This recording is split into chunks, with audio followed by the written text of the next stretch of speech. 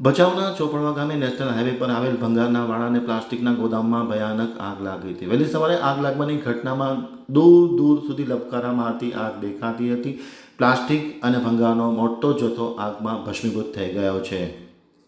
હવે જોઈએ ગાંધીધામ આમતક ન્યૂઝ બ્યુરોનો એક વિસ્તૃત અહેવાલ. ભચાઉના ચોપડામાં વહેલી સવારે ભીષણ આગ લાગી હતી. ભંગારના વાડા અને પ્લાસ્ટિકના ગોદામમાં ભીષણ આગ લાગી હતી. આગે વિકરાળ સ્વરૂપ ધારણ કર્યું હતું. ભચાઉ પાલિકાની 2 ફાયર બ્રિગેડ વિભાગની ટીમ ઘટના સ્થળે પહોંચી ગઈ હતી. આગને ઓલાવવાના પ્રયાસો જારી કરવામાં હતા. વહેલી સવારે આ ભંગારના વાડા અને પ્લાસ્ટિકના ગોદામમાં કેવી રીતના આગ લાગી તેનું કારણ જાણી શકાયું નથી, પરંતુ મોટી રકમનું નુકસાન થયું છે અને લબકારા મારતી આગ છે ક્યાંય દૂર સુધી દેખાતી હતી અને મોટા ભાગનો જથ્થો છે એ આગમાં બળીને ભસ્મીભૂત થઈ ગયો છે.